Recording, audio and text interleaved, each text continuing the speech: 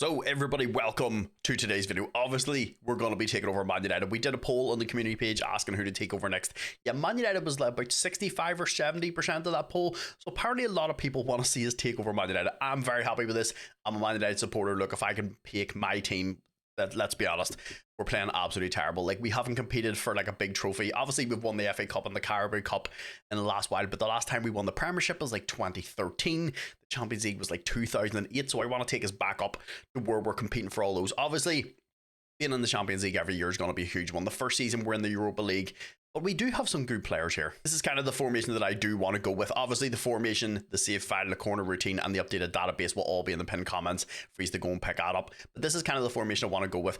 Obviously, you know me, I love to play three centre backs, but I feel like just for the team that Man United have at the minute, this is the formation I kind of want to go with. Let's see if it's a little crazy. We're going to score a lot of goals, may concede a few, but look, at least it's going to be exciting football, and that's kind of what we want. I just feel like this formation for the players that we have kind of suits a little bit better. Onana is one I would like to replace at one point. Look, this is nothing to do. It's not a personal vendetta or anything against Onana. I just think he's very, very eccentric. His shot stopping's not great in FM. I feel like he's a wee bit better keeper in real life. Obviously, not playing for you fantastic right now, but I feel like he's a good keeper, but just kind of not the mold of the keeper that I kind of want to have at the club. Matthijs de Ligt, I'm a huge fan of. I absolutely love Matthijs de Ligt in real life. He's got that grit about him. He gives everything on the pitch. He's still only 24 years old as well, which is fantastic. That means he's going to be around for a while. Then a Euro, absolutely fantastic, but he's not playing at a Premiership level yet. So this is one I may loan out for a season or two and just get a wee bit of football. I feel like if we put him into the team and he gets like 3 games here and like 4 games there, it's going to take ages for him to develop. So I may loan him out for a season. Obviously, it's going to be a club where we can get guaranteed football. I want him to be playing 30 to 40 games over the next couple of seasons to develop, because just if I throw him in right now into the Premiership beside Matthijs de Ligt, we're going to concede an absolute shit ton of goals because he's just not ready yet. Martinez, another one that's absolutely fantastic, but the only downside is the playing Martinez in centre back in FM is jump and reach is kind of everything. He's 5'9", his jump and reach is not great. His heading's pretty decent. Honestly, I believe Martinez would be a better DM than he would be a centre back. I would love to see him and Ugarte in the middle of the park, would be fantastic. Dorgu is another one that's very, very exciting, not currently playing at a Premiership level yet, but I do want to lock him in and get him some football. I feel like wing back, you can kind of get away with playing a younger player, where if you play a younger player centre back, you're going to leak a lot of goals. So I'm probably more likely going to lock him in for a season. Shaw in this database strangely doesn't have the injury prone trait. I feel like if anybody's going to have an injury prone trait and it's going to be dark red, it's going to be Luke Shaw. But he's going to be pushing 29 this year. He's also on crazy wages, £200,000 a week, where Dorgu is on 40k a week. So like, that's one thing we do need to do at this club, because if you go and look at the finances and the debts and loans, we're at 607 million in debt, which is absolutely wild. 725 million in net debt and 155 million in transfer debt. So having a bunch of players that are on absolutely insane wages, which is another one, is Casemiro. Look, I'm a huge fan of Casemiro. He's one of those, like, gives everything. And look, we just unfortunately got him at the tail end of his career, but he's 33 this year. He's on £300,000 a week. I don't know. Look, I know we needed players, but like, whoever went into that meeting and went, yeah, here's 60 plus million and 300k a week for a player that's going to be in the end of his career. But we do have a young, exciting defensive midfielder in Ugarte. Look, I don't understand why people give Ugarte hate. Look, yes, is he a player that picks up the ball and just runs around people like a sort of Frankie de Jong? No, he's a destroyer. And we know that, but sometimes you need those types of players in your squad. And look, he's only 23 years old. He's still learning, and just, I don't understand the hate. I think he's a fucking fantastic player. Obviously, Kobe Mainoo, another one of the ones that needs a wee bit more time. I just feel like Kobe just needs a wee bit of time to mature mentally. I think he's kind of there. Physically, I feel like the Premiership is very aggressive. It's very, very aggressive. It's very physical, and I think he needs a wee bit of time. I don't think playing him as one of the centre midfielders works out for Man United. I think Kobe as a 10 would be fantastic, where he's not going to get bullied as much. Because like, in the middle of the park, you need to be physical. And I don't think that's Kobe's thing. He's a very technically, like, silky type of player on the ball. And I just feel like putting him in the middle of the park beside Ugarte, he doesn't have the physicality just yet. He may grow into that and down the line be better at it. But at the minute, just not there. But a very, very exciting player. Really, really good on the ball. And then, of course, Captain Fantastic, Bruno Fernandes. I'm going to be holding on to Bruno as long as I can keep him at the club. Look, Bruno gets some hate. I don't understand it. The dude has literally carried this fucking team for the last couple of years. I don't understand why everybody is on his back. The dude, the amount of assists and goals this man has scored in this season when we're playing terrible is unreal. Mason Mount, another one I'm an absolutely huge fan of. I just feel like I would have waited a season. We paid 60 million for Mason Mount and he was out of contract the next year. I would have just said to him, look, we want you, but we don't want to pay 60 fucking million. We're going to wait till next year and get you for free, and we want you to be a huge part of the team. He probably would have understood, because Mason Mount, like, he's a player I do really like. Great engine, good teamwork, good work rate. He's a good technical player, good natural fitness, good stamina. He's English. He's still only 25, can play with both feet, good mentality. He's everything you need in a midfielder.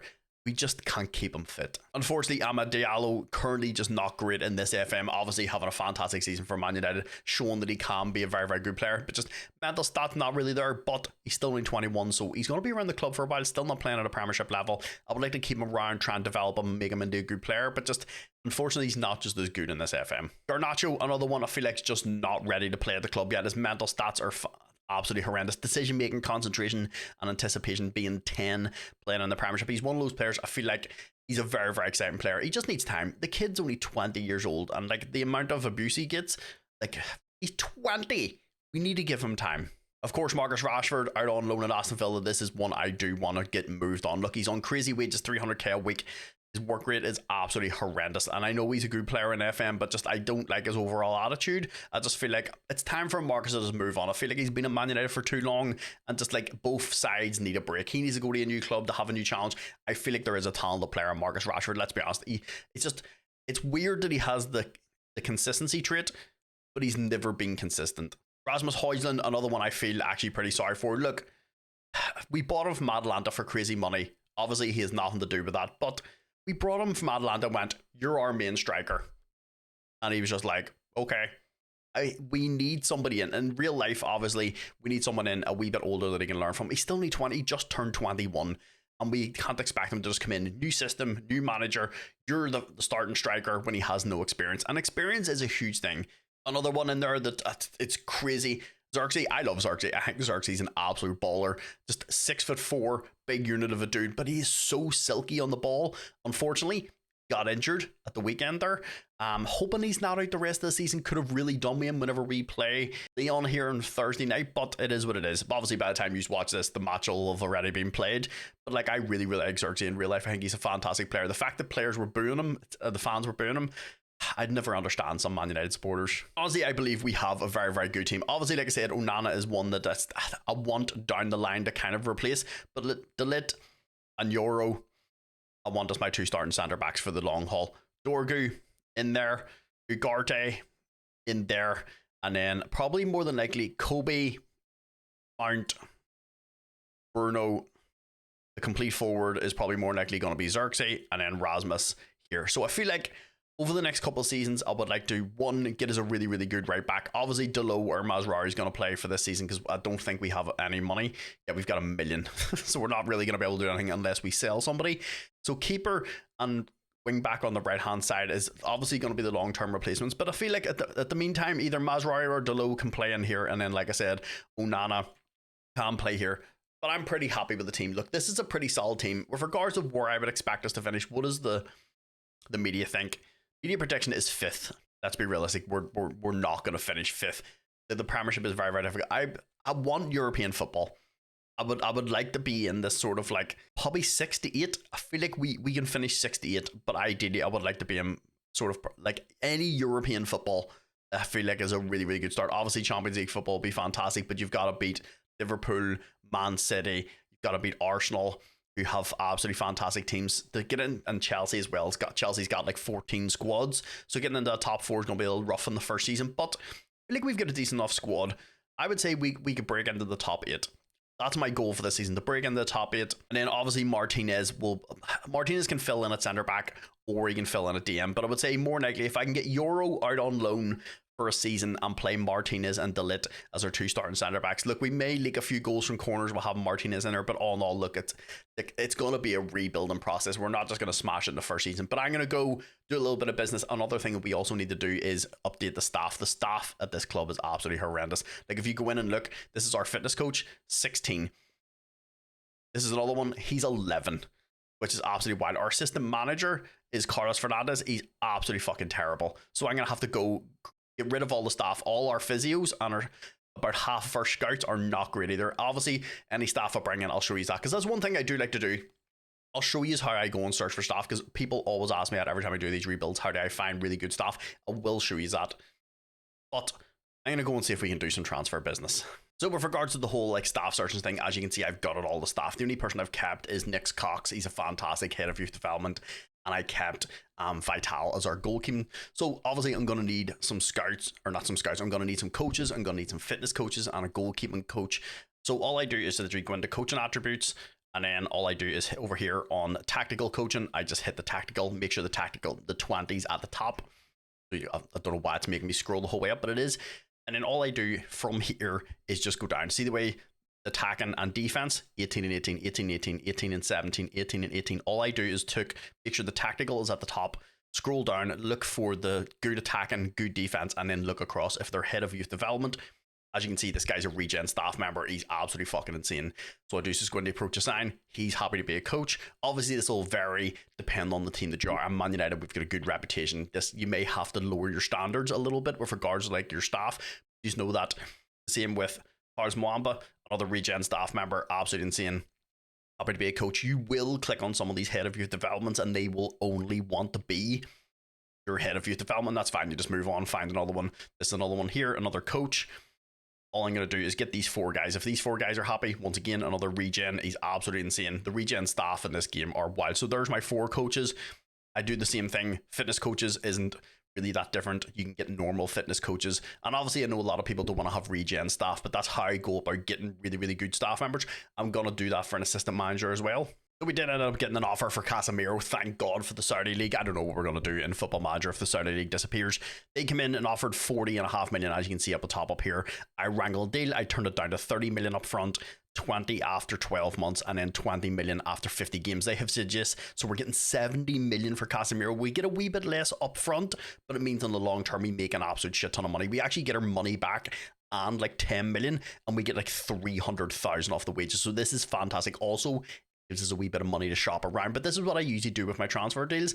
If I can get less money up front but get more money overall, this is kind of usually what I do. So then transfer wise, obviously with Casemiro going out the door, this gives us a little bit of breathing room with regards to like transfer. Look, the fact that we get rid of him for 50 going up to 70 million is absolutely wild, but it's more the £300,000 a week in wages, because like we need to start cutting some of that down. So another one I get rid of was Victor Lindelof. I was going to call him Londelof for a second. Another one that was on like £210,000 a week, which is absolutely wild. But we get rid of him to West Ham for 17.5 million. So on top of the 50 million for Casemiro and the 70 million and then the 17 for that, like we nearly made 90 million just off 2 players. And also $500,000 a week in wages. So one of the players I have brought in and I'm currently loaned out to Angiers is Nathan Zizi. This is going to be a long-term replacement for Matthias de Ligt. Obviously, I want to have Zizi and Euro as our 2 centre backs. Obviously, if we switch to 3 at the back, we will have Zizi on one side, Euro on one side, and de Ligt in the middle. Like, I don't know what I'm going to do formation-wise. We're just going to have to play it out and see how we get on. He's one very, very good. Look, 6'3", got a ton of potential. He's a left footer. He's still only 19 years old. We got him for a total of 5.5 million, which I think is an absolute steal, because if you get him cheap now, and then I'm going to loan him out for a couple seasons, get him some football, he can become a very, very good centre back. But the main position was going to be right back, and I brought in Jeremy Frimpong. Look, this is the first time I've played with Frimpong, but look, I want someone a wee bit more explosive on that side, the same as Dorgu. Pace, and just I want them to be able to run at people and help us score goals and get a ton of assists. And Frimpong has a buy clause 34.5 million. I was looking around. My first thought was going to be Tino Livramento because he's English.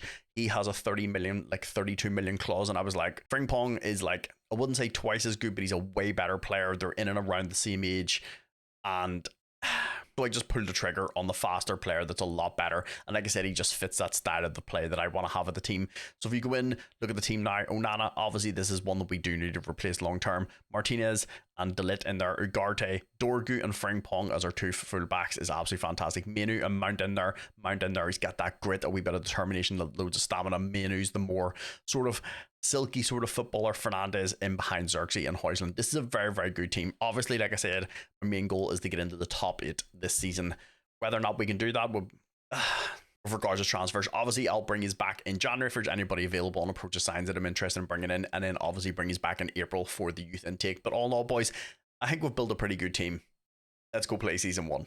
So boys, we're at the end of season 1. We only brought 1 player in on the approach designs. I'll show you that shortly after, and the youth intake was honestly not great, which Let's be honest, if you watch my videos, my youth intakes are usually not that good. But my goal is, like I said, to stay in that top 8, get some European football. So let's see how we did in the league.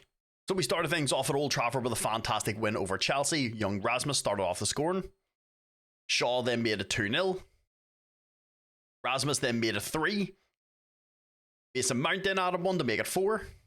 But we weren't done just yet. Bruno had to get on the score sheet to make it 5. Chelsea did get 1 back through Neto, but 5-1 victory at Old Trafford. Then we had a very hard-fought match against Liverpool. We started off the scoring through Euro. They hit back pretty much straight away through McAllister. Young Garnacho then made it 2-1. But unfortunately in the 87th minute, they equalised to make it 2 each on the night through Jota.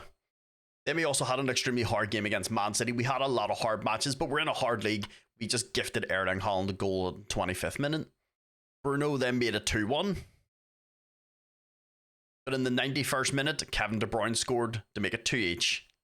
Or did they? Because in the 96th minute, we scored through Garnacho to win 3-2.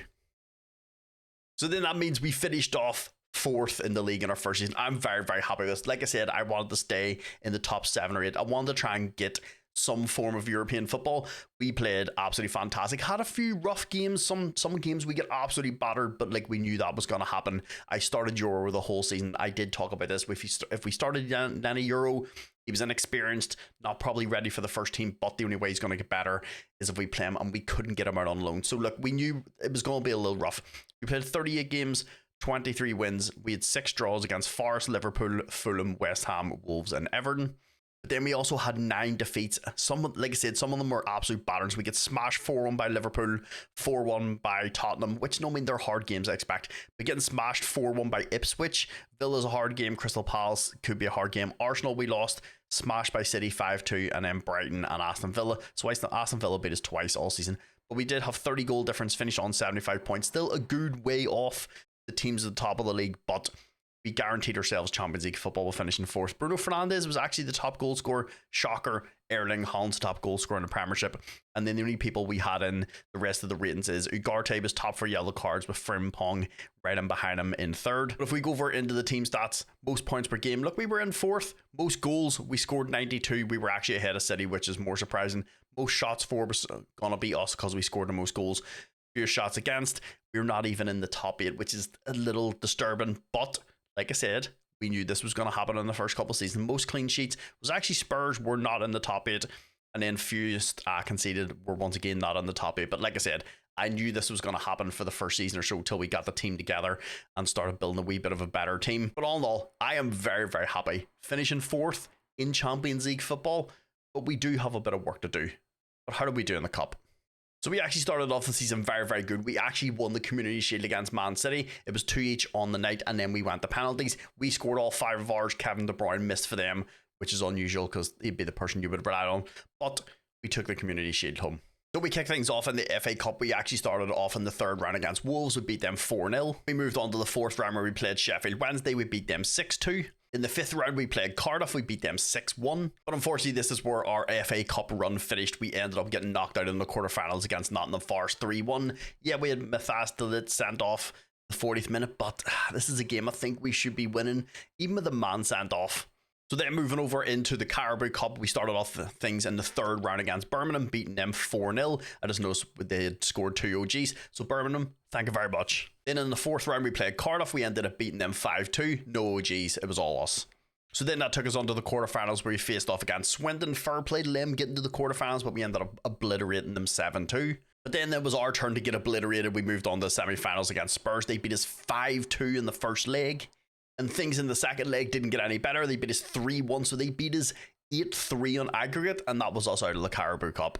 So then that moved us over into the Europa League. We had Group A. We started things off against Lazio, beating them 3-0. Then surprisingly had a very hard-fought game against Bratislava. We beat them 4-3. Then in the second match against Bodo Glimt, we just beat them 4-3 again. So we're conceding a few goals, but like I said, we knew this was going to happen. And then in our final match, we played Lazio again away. We beat them 3-2. So conceded a few goals, but we scored a lot. And then our final match, we beat Bratislava 3-1, a wee bit of a better result. So this then moved us on to the round of 16 where we faced off against Galatasaray. In the first match, we beat them 4-1. In the second match, we then beat them 4-2 to go through 8-3 on aggregate. So then this took us to the quarterfinals, where we faced off against RB Salzburg. Things did not start off great. They went 1-0 up. Then things just got worse from there. A mistake from Onana made them 2-0 up. Then we got the ball down, started playing better. Garnacho got us back into the match 2-1. Young Menu made it 2 each. In the 80th minute, Christian Eriksen got us back in 3-2. But we weren't down there. In the 94th minute, Euro got a header. And in the 97th minute, he got another goal from a corner to put us through 5-2 in the night. So that then took us to the second leg where we played a lot better. We actually started off the scoring through Christian Eriksen. Young Menu then made it 2-1. They hit back just before half-time. And then to finish things off just before half-time through young Garnacho to put us through 8-3. I don't know what their keeper was doing. Which then took us to the semi-finals where we faced off against Bayern Munich. They started off the scoring. They then made it 2-0. But they weren't done there. They made it 3 just before halftime. In the 75th minute, they made it 4. We then hit back through Mazraoui. Not a bad finish for fullback. But unfortunately, in the 90th minute, we were a man down with Ugarte getting sent off. Sané scored to make it 5-1 on the night. So then that took us to the second leg where we had our work cut out for us. We did not start great. They started off the scoring in the 6th minute. We then got one back through young Garnacho. They hit back 10 minutes later. We then got another one back through Mason Mount. They then scored again. Then we hit back again through Garnacho. We got another one from Christian Eriksen. Then they scored again. In the 70th minute, Bruno scored a penalty, but unfortunately we went out 9-6. So our matches against Bayern, look, if we wouldn't get absolutely obliterated in the first match, like, fair play to them, they were just the better team. Unfortunately, we knew this was going to happen. We were going to concede goals. 9-6. Look, if you were watching this, if this was a real match, this would be a fantastic one to watch. But unfortunately, our defensive errors, the goals that I watched, just silly mistakes. A lot from like Mason Mount and from Kobe Mino in the middle of the park, just giving the ball away. But we knew this was going to happen with playing young, inexperienced players. This will get better with time. But we're scoring a lot of goals, and that's a good. Because then if you go to competitions, look, we finished 4th in the league, got ourselves in the Champions League football, which is fantastic. Unfortunately, get knocked out of Europa League, but Bayern Munich being down there is absolutely wild with the team that they've got. They should not be in the Europa League. They must have had a hard Champions League group. In the quarterfinals of the English FA Cup, we made it the semis of the Carabao Cup, and we won the Community Shield. I would say this is a very, very good season. We did very, very well. We finished in the league above where I wanted us to. Would have loved to win the Europa League, but it is what it is. So Onana ended up playing 51 games. He conceded 93 goals, which is absolutely fucking insane. And that's the most goals I've ever conceded in a season ever. He only had 7 clean sheets, but we knew with this tactic, we were going to go out to attack people, we're going to concede goals. And like I said, Onana's one I do kind of want to replace. And like I said, with Lenny Euro being in there, we knew we were going to concede goals because he's just young and inexperienced. But as he gets better, our team will get better. The Lit played 39 games, 17 off the bench, 3 goals, 3 assists. I'm still laughing at the amount of goals Onana conceded. Lenny Euro then played 58 games. He had 13 goals, all from corners, and 1 assist. Dorgo only started 27 games. Him and obviously Shaw were interchanging a lot, but he got 2 goals and 16 assists. Not bad for a player that's still not playing at a Premiership level yet. Ping Pong, of course, started 36 games, 5 goals, and 13 assists.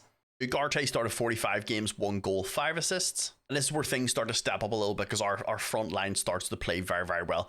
Young Menu, I locked in for the season. I want him to play as many games as possible because, look, I want him to progress because he's going to be fantastic. Started 57 games, 12 goals, 13 assists. Not bad for your first season in the first team. Mason Mount had a fantastic season. 53 games started. I didn't even lock him in. The assistant manager just decided he wanted to play him.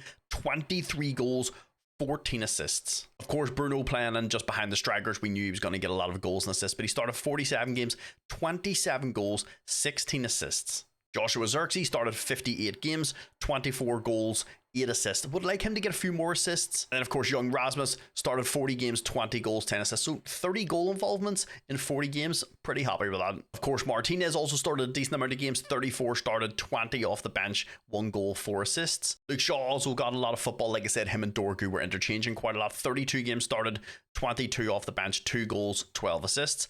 And he seemed to have stayed reasonably fit all season. Young Diallo didn't start as many games, but he got a decent amount of football. Look, he 2 starts, 21 off the bench, no goals, 2 assists. Young Garnacho, of course, got a decent amount of football, started 19 games, 29 off the bench, 16 goals, 4 assists. He's upset his spaghetti because he wanted a new contract. He wanted £180,000 a week, up from his £50,000 contract. I said no, the highest I was going to go was 120. He's still only 20 years old, so he is now transfer listed himself. So, no mind, if we get 73 million, I'll probably take it. Of course, young Nathan Zizi, we did send out on loan, and of course, I've been keeping a wee eye on him. He did start 34 games, 1 goal. This is exactly what I want. I want to loan him out, get him some football. Of course, look, he's not playing at a Premiership level yet, but this is one for the future. I want him and Euro to be our 2 centre-backs down the line, but he needs to get a wee bit more football. He's still only 19. But boys, all in all, I think an absolutely fantastic season. Look, we conceded a large amount of goals, but that will go away with time. Look, we are going to concede goals. With this tactic,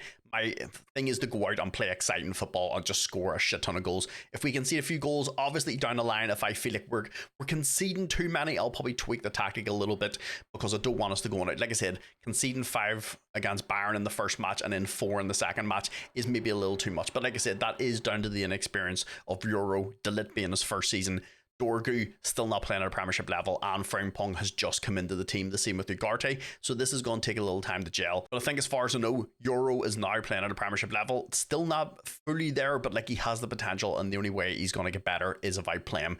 The rest of the team, honestly, I'm pretty happy with. I think we've got a decent amount of money as well. Yeah, the board gave us 86 million. Obviously, I brought a lot of money in and didn't overly spend a lot, but there's nowhere in the team that I'm like, the first team, I'm like, I need to replace seasons. I'm probably going to bring a few players in for squad depth. I think that's one of the things that we were lacking a lot next year was, we had a lot of players out on loan, so our squad depth was a little low. Obviously, we're going to have Nathan Zizi, Malacia, Anthony, and Rashford coming back.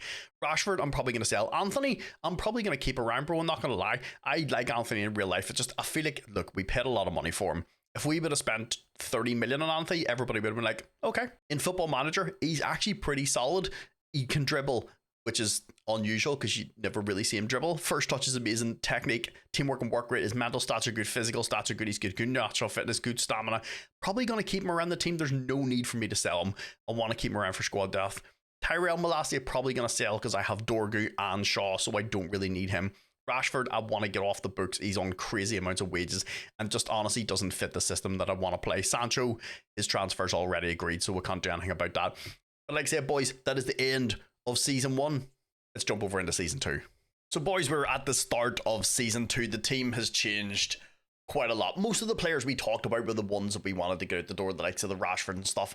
We'll get on to that. But there is a few players that I didn't want to sell. So one of the first people out the door was one we did talk about, was Tyrell Malacia. So he has gone to PSV. He had a 10 million buy clause. They activated it. So away he goes. We then got rid of Harry Maguire. This is more one. Look, he's going to be 33 this year. He was also on like £220,000 a week. So we got 11.5 million for him, working its way up to 12.7. Look, this is a good deal. He gets some first team football. We get a bit of money and get massive wages off the wage bill. Another one we did talk about getting rid of was Andre Onana. I'm not going to lie, this was very difficult to get rid of him. We did not get a lot of money. So he ended up going over to AC Milan, which is funny because he went from Inter to us, the AC Milan. We only get 12.5 million for him, working his way up to 15. Nobody wanted him, like, at all, and I just wanted to get him off the wage bill and get a better keeper in. Marcus Rashford then moved himself off to the Saudi League. I'm not going to lie, there was a bunch of clubs interested, but because his wages were like over £300,000 a week, nobody was massively interested, and the only team that can afford that is going to be the Saudi League, boys. So we ended up going there. We did not, once again, get a ton of money for him. We got 30 million up front. Look, this was more, look, I just wanted him off the wage bill. 300k in wages gone and 30 million in the bank. The next one out the door was Garnacho. He moved himself over to Leipzig. Look, this is one. He wanted an insane contract. I wasn't willing to give him that insane contract. Also, he doesn't really fit the system we're currently playing right now. So we sold him on to Leipzig for a total of 40 million. Look, a decent enough deal. Would have liked probably like 45, 50 million. But then the next one to leave was Luke Shaw. This is one to Real Madrid. One I didn't really want to sell. I was happy to have Dorgu and Shaw as our 2 fullbacks, but when Real Madrid come knocking, yeah, you can't really overly say no. Also, we was on like crazy wages, like £250,000 a week. So we get 40 million up front, working its way up to 60 million for a guy that's going to be 31 this year. I'm pretty happy. But the big one that we lost was Bruno. Look, if you play as Man United in Football Manager, this always happens. It always happens. They come in and offered, what was it, 74 million? I said no. He got upset, said he wanted to go. I don't blame him because he's on £1.1 million a week in wages in the Saudi League, which is knowing at his age, some pretty nice fucking money. But we sold him on, like I said, starts off at 70 million, works his way up to 105 million. Look, this is a deal I'm not upset about. Look, in real life, I would never sell Bruno, but if you're getting 105 million, you're going to have to look at that deal. Then obviously with all the players going out the door, we were going to need to replace him. The one person that I did sign on the approach of signs that I talked about last year was Jonathan David. Got him in the door. Look, a really, really good player. We got him on a free. He can play in a lot of positions. He's good with both feet. He's still only 25. Another one I brought in is going to be young Ashley Phillips. This is on a season loan. This is going to be for squad depth. Obviously, with us playing in the league, playing in 2 cups, playing in the Champions League, we're going to need squad depth. Obviously, we're going to need to replace Andre Onana. Look, I looked around. One of the ones I was looking at was Aaron Ramsey because Southampton ended up getting relegated, but they wanted 48 million for him. Wrong, he's a good keeper, but I don't want to pay like crazy money for people. I know we just made 239 million, but like I said, we also have to clear out all the debt that's at the club as well. So I brought Dennis Seaman in. Look, huge fanfare to Dennis Seaman. We can all agree in Football Manager he's absolutely fantastic. I have no idea what he's like in real life. If anybody has seen him play in real life, leave in the comments down below and let me know. We got him in kind of cheap, 13.5 million. I think this is way better than paying 48 million for Ramsdale. Obviously I would like to keep as many English players in the team as possible, but like 13 million, 48 million, it just seemed like a good deal for a keeper that ends up phenomenal. Another one I brought into the team was going to be young Tyler Diblin because Southampton got relegated, so we paid a total of 16 million for him. Look, a player that has a ton of potential. He's up on the first team, playing at a 1.5 star. He is anywhere from 4 to 5 star. Look, if he gets the 4 star, absolutely fantastic. And for 16 million, like I said, Southampton got relegated, so he wanted to leave. He's got a good mentality. He's consistent. He's 19 years old. He's also English, which is going to help with registration. And for 16 million, it's not really much of a... Then another one I brought in, obviously, is going to be Jude Bellingham. I would like to bring Jude Bellingham in, but I think he may cost a wee bit more than 16.5 million. This is one, obviously, like I said, we need squad depth, and I'm trying to keep as many English players in the team as I can. He was available. He was transfer listed. He was upset he spaghetti at his club, so we swooped in 16.5 million. Look, he's got a good mentality. He's also got very, very good mental stats. Composure's fantastic. Anticipation is fantastic. And for 16 million, once again, there's not really much of a risk. And then another one I brought in was young Liam Delap. This is another one. Ipswich got relegated. I've just went and busy mauled all the clubs that got relegated and just stole a bunch of their players. But this is once again for squad depth, because with us having Xerxes and Hoyland up front, we now have Jonathan David and Liam Delap as backup for those 2 players, which is fantastic, because that was our problem last year. Our squad depth absolutely killed us. I think that's one of the reasons why we did it and conceding a lot of goals. 1, playing in young and experienced players, but 2, squad depth. We get players suspended, we get players injured. Like, our squad depth was absolutely horrendous. So we paid a total of 17.5 million, which I think is an absolute steal for a young player. Once again, 22 years old, English, 6'1", can play with both feet, good mentality, consistent.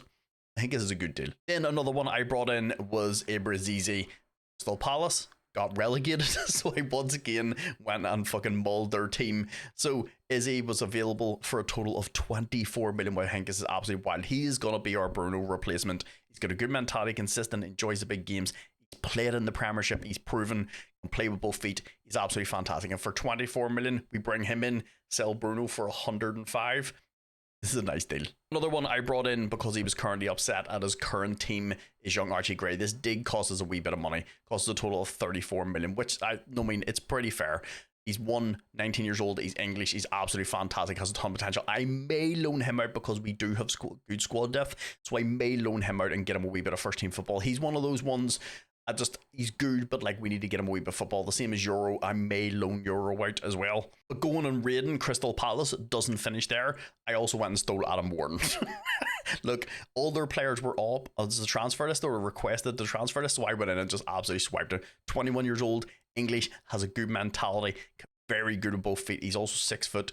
Costs a total of 23 million, which I think is an absolute steal for a really good player. But once again, I stole another player from Crystal Palace because they got relegated. I got Mark Gahey in the door. Look, this is one, we need a really, really good experienced player in the back line. So I'm going to have Tastalit and Gahey as our starters, and then Euro and Martinez as the backups, and then Ashley Phillips in there if we need any more. This is one, once again, like I said, they got relegated. He was available for 29 million. Look, there was me, Real Madrid, Barcelona, Bayern. I was just the first person to go in and go for him. I think it's a really, really good deal. Like, 29 million He's English, 6 foot, can play with both feet, good mentality, consistent, enjoys the big games, played in the Premiership. And you get him for 29 million. This is currently what the team is going to look like for season 2. I know it's kind of changed a decent amount. Seaman and Nets, Delit and Gahey in there. Dorgu, Ugarte, and Frimpong. Trying to keep hold of Dorgu and Frimpong this summer was an absolute nightmare. Everybody was after them. Ugarte, I'm very, very happy to keep him in here. Look, he's only 24. He's unreal. Menu and Mount in the middle of the park. Eze, Xerxes, and Huijsland as our back. We have Martinez, Euro, Mesrari, Gray, Wharton, Jonathan David, Delap, Tyler Diblin, Jude Banham, Dan Gore, Ahmed Diallo, Anthony Fitzgerald. We also have Toby Collier in there. We have Ashley Phillips in there as well. Our squad depth is absolutely fantastic. I have loaned Nathan Zizi out again for the season to Casapia. I can cancel the loan if he doesn't get a bunch of football. This is one, like I said, I wanted to get him out, get him a couple of seasons where he gets some football. I've also loaned out Aiden Heaven. Probably not as good in this Football Manager as he should be in real life, but look, we'll just loan him out for a couple of seasons, see how he progresses. Cheeto Obi Martin, another one that's absolutely fantastic in real life. It's funny that he's got like a Chinese face. Look, if you know what Cheeto Obi Martin looks like in real life, this is not it. Whoever put the faces in, this has to be a troll or something. But he's another one, he's got a ton of potential. Look, anywhere from 3.5 to 4.5 star potential. We loan him out, get him some football. And then another one I've loaned out is Emar Ibrahimov. Another one that has a ton of potential in real life. We'll just kind of see how he gets on. This is the first time I've played with him in this database, but he's 17. He's also English, got a good mentality, he's consistent. So I'm going to loan him out once again for like 2 or 3 seasons, see how he progresses. I don't know how good he is in this database. The only way to find out is to go and get him some football. But boys, this has been absolutely fantastic. Like I said, we brought in a total of like, how much did we actually bring in? Where's the transfer history? Go to this season. 239 million. We probably spent a total of about 180. But I think we have beefed up this squad something fantastic. This is the team I expect us to do a wee bit better. Look, obviously getting 4th last year was fantastic. The Europa League, we got the whole way to the end. The semi-finals got smashed by Bayern. So we're in the Champions League this year. It's going to be a lot harder competition, but I think our squad is very, very capable of doing well in the Champions League. The only person, like I said, I might loan out is Archie Gray, and just I want him to get a wee bit of football. I feel like in this team currently, he's not going to get a ton of football. Another person I was interested in looking at was Tommy Abraham, but it was a total of like 43 million. I was like, we've already got the lap, and we've already got Jonathan David. We don't need another striker. I was half tempted to bring him in, I'm not going to lie. But boys, this is everybody in the door and everybody out the door. Obviously, I'll bring his back in January if there's anybody available on Poacher Signs, and then bring his back for the intake if it is good. We now have 5-star youth recruitment because I asked the board to increase that. So hopefully our youth recruitment is a wee bit better in April here. But boys, let's go play season 2. So boys, we're at the end of season 2. Once again, I think we've had a very, very good season. We have improved on how we played last year. Look, we know we're going to concede a lot of goals with the tactic we're playing, but that's how I want to play. I want to go out and just scare teams and just push players up and just score as many goals as possible. It's how I want us to play. It's a little bit fun. So let's jump over, see how we did in the league. We started the season off with a fantastic win over Liverpool. We actually started the scoring through Eze with a nice solo run. Dorgu then made it 2-0. They hit back 2 minutes later. Then we scored in the 80th minute to make it 3-1 on the night.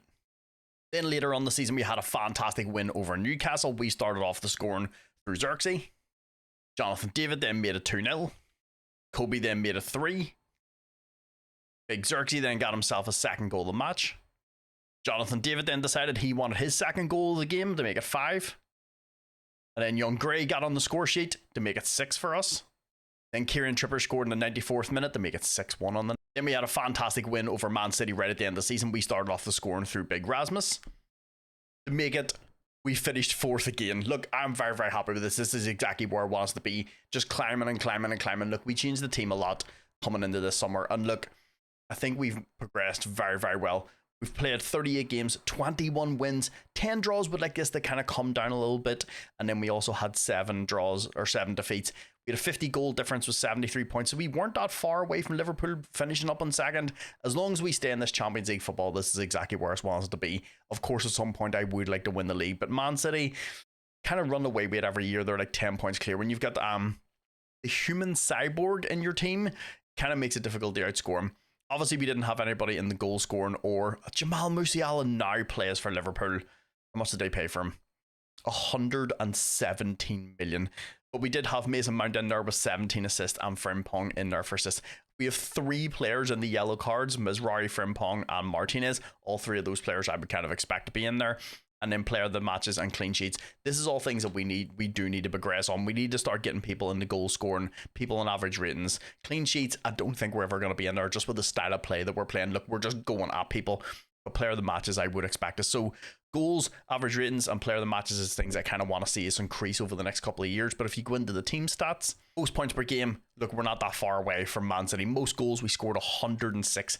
We are way ahead of everybody else. Most shots for, obviously us, nearly double of what everybody else is. Fewer shots against, we're actually up in 8th, boys. We're up in 8th. And then most clean sheets, we're not in there. Fewest conceded, we're not in there. Obviously, like I said, we did concede a decent amount. Actually, how many goals did we concede? Where are we? Can we scroll down on this? I couldn't figure out how many we conceded, but look, it's one of those things we're not going to be in there. I couldn't figure out how many goals we conceded. Look, we're not going to be in there. We're never going to be in the top for clean sheets, but we're always going to be up there for scoring goals, and that's the main thing that I want. But like I said, I do want the goals and the average ratings to come up, but let's jump over and see how we did in the cups. I'm very happy with where we finished in the league. So we start things off on the Carabao Cup 3rd round. We played Bolton. We ended up beating them 5-2. Then we faced off against Newcastle in the 4th round. We ended up beating them 4-2. Then that took us to the quarterfinals where we got, let's be honest, a very, very good draw against West Brom. We ended up beating them 5-1. So that then took us to the semi-finals where we faced off against Liverpool. They actually beat us 2-0 at Old Trafford. But in the second leg at Anfield, we give a better account of ourselves. We drew 3 each, but unfortunately, with them winning the first leg, we ended up going out 5-3. But we made it to the semi-final of the Carabao Cup, and we finished 4th in the league instead in the Champions League. So let's see how we did in the FA Cup. So we started things off in the FA Cup 3rd round against Plymouth. We ended up beating them 6-4. I feel like we're the old Real Madrid team. You score 4, we score 5 or 6. I feel like that's how we're playing at the minute, but it's exciting football and it's fun to watch. So that then took us to the 4th round of the FA Cup where we faced off against Sheffield Wednesday. We beat them 5-0. A wee bit of a better result. In the 5th round, we faced off against Preston. We beat them 3-0, which then moved us on to the quarterfinals where we faced off against Crystal Palace. We smashed them 5-1. But unfortunately, that's where our FA Cup run finished. We ended up facing off against Man City in the semi-final. They beat us 5-2. We had a lot of injuries at this point. Our team is very, very fatigued. I'm not making excuses. We were absolutely obliterated with regards to the injuries and stuff. But all in all, facing off against Man City is always going to be hard. So we've came 4th in the league, got to the semi-final of the FA Cup, got to the semi-final of the Carabao Cup. I would say all in all, a good season. But the main one is, how do we do in the Champions League? So we started things off in the league phase. We actually faced off against Man City in our first match. We beat them 4-3 at the Etihad. We then beat Napoli 5-0. We then beat Nice 5-1. That team I can never pronounce. We beat them 3-1 away. Then we had a 2-each draw with Barcelona. I think a very, very good result. Then we drew 1-each with Salzburg, a team I think we should be beaten. We then beat Galatasaray 3-2. Then in our final league phase match, we beat Sporting 4-0. So in the league phase, we actually ended up finishing 2nd, just in behind Real Madrid. They beat us by 2 points. But look, if we're in this green, even if we're in the blue, I'm happy. See, as long as we keep progressing through the Champions League. But this was fantastic. Yes, did we get a wee bit of luck with some of the teams that we played? Yeah, but we still had fucking Barcelona and Man City in there. We had a very, very hard run. But finishing 2nd, I'm pretty happy with. So this moved us on to the round of 16, where we faced off against old nemesis who beat us in the Europa League last year, Bayern Munich. We drew them 3 each in the first match. But then when we took them back to Old Trafford, we absolutely dominated them 3-0. So we went through 6-3, which took us to the quarterfinals, where we faced off against a very, very good Barcelona team. We started off scoring through Big Mizrahi. They hit back pretty much straight away. Then they went 2-1 up. But on the 60th minute, we equalised through Big Joshua Zirkzee. Big Phillips then put us 3-2 up. But unfortunately, in the 80th minute, Rafinha scored to make it 3 each on the night, which then took us to the new camp for the second match. They actually started off the scoring. Shocker, it was Lamine Yamal. Big Eze got us back in the match just before halftime. Mazraoui then made a 3-1 or 2-1. A mistake from their defender put us 3-1 up. I don't know what Sturgeon was doing. And then in the 85th minute, they got a goal back, but we were already through 6-5. Which then took us to the semi-finals of the Champions League. We faced off against Man City. They started off the scoring with a terrible mistake from Seaman. Just after half-time, they made it 2-0. An Eze penalty got us back into the match. But unfortunately, another defensive mistake from us let Erling Haaland in for 3-1 on the night. So then that took us to the second leg at Old Trafford. We started off the scoring through Big Joshua Zirkzee. What a run, what a hit. Matthias de Ligt then made it 2-0. Big Xerxes then made it 3. They hit back just after halftime. And then the 93rd minute, they scored to put us out 5-4. So all in all, boys, look, I am not going to be upset at this at all. Look, last year we were in the Europa League. We made it to the semi-final. This year, we've made it to the semi-final of the Champions League. This is very, very unfortunate. If we would have played a lot better in the first match, and if we would have beat 2-1, this would have been a way more competitive match, or even got a draw. Look, I'm very, very happy with the boys. We made it to the semi-final of a Champions League. Then if you go into the competitions page, we finished 4th, stayed in the Champions League. Made it to the semi-finals of a Champions League, made it to the semi-finals of an FA Cup, and then made it to the semi-finals of a Caribou Cup. All in all, boys, look, we didn't win any trophies, but I am so happy with the boys. We have done absolutely fantastic. Team-wise, even before we look at Dennis Seaman's stats, we know he's going to concede a lot of goals because of the formation that we're playing. 62 games played, he conceded 99 goals and 15 clean sheets. But like I said, our goal is to go forward and score goals. Per Dennis Seaman, he must hate it here. Then Dorgu at left back only started 28 games, had a few knocks. I did see that. He had 3 goals and 7 assists. Frimpong played 50 games, 5 goals, 23 assists. Argehi played 45 games, 3 goals, 1 assist. Matthias de Ligt, 47 games, 3 goals, 3 assists. Euro, unfortunately, only started 7 games, but he got 13 off the bench, so like nearly 20 games in total. No goals, no assists. He's one I would like to see him get a wee bit more football next year, but he is currently playing at a Premiership level, which is fantastic. Ashley Phillips also got a ton of football, started 26 games, 25 off the bench, 5 goals, 2 assists. I would have liked to see Euro get more football than he did. I would love to bring this kid in, but unfortunately it's a 69 million optional fee, and he's not worth that. So then I also decided to lock Martinez into the defensive midfielder role. One, this gives us a wee bit more options at centre back. It means the likes of Euro and Ashley Young got more football. But Martinez, I feel he's better to play in the DM role. I know it's a defensive midfielder, but it's on support, so I need someone that can carry the ball out. Ugarte will be the long-term replacement from there. I am training him to be a wee bit better with the ball. But Martinez is 15 marking, 15 passing, 16 tackling and 15 technique. He's better all round, and that's what I need from someone in the middle of the park. He played 50 games, 8 goals, 7 assists. Menu once again had a fantastic season, looking very, very good. Look, still got a long way to go to progress. 48 games played, 11 goals, 17 assists. Mason Mount just continues to be better and better every season. Started 59 games, 31 goals, 28 assists. That's nearly 60 goal involvements in 59 games. There's a reason why I always play Mason Mount. Eze, of course, in his first season played 52 games, 21 goals, 20 assists. So he had 41 goal involvements in his first season. Big Rasmus, would like to see him get a wee bit better. Started 40 games, only gets 17 goals, 7 assists. But all in all, look, he's still only 23 years old and he's still progressing. Then Big Joshua Xerxes up top played 51 games. Really nice to see that he's available all the time. 27 goals, 7 assists. But he's more kind of the linchpin there. He's the one that picks up the ball. He's the more creative. I would like to see him get a few more assists than 7. Then, like I said, Ugarte's still going to get a ton of football. I want him and Martinez to interchange. He started 27 games, 29 off the bench, 6 goals and 11 assists for a DM. Like I said, I'm currently working on his passing and his vision and his technique. Look, if I get them up to like 14, I'll be very, very happy. Young Archie Gray didn't start as many games as I wanted him to, but he started 2, got 34 substitute appearances, which is fantastic. 4 goals, 3 assists. Young Adam Wharton started 19 games, 24 off the bench, 4 goals and 3 assists. Obviously, he'll be the long-term replacement for Eze. Young Delap only started 6 games, but 15 off the bench and 6 goals. Like I said, he knows, look, he's there to be a fringe player and he's happy enough for that. Tyler Diblin, unfortunately, didn't start any games. He's one I'm definitely going to get on loan for the season next year. Young Joe Bellingham didn't start any games, but got 19 off the bench and 2 goals. This is another one, like I said, I would like to see get a wee bit more football. Obviously, as we loan some players out,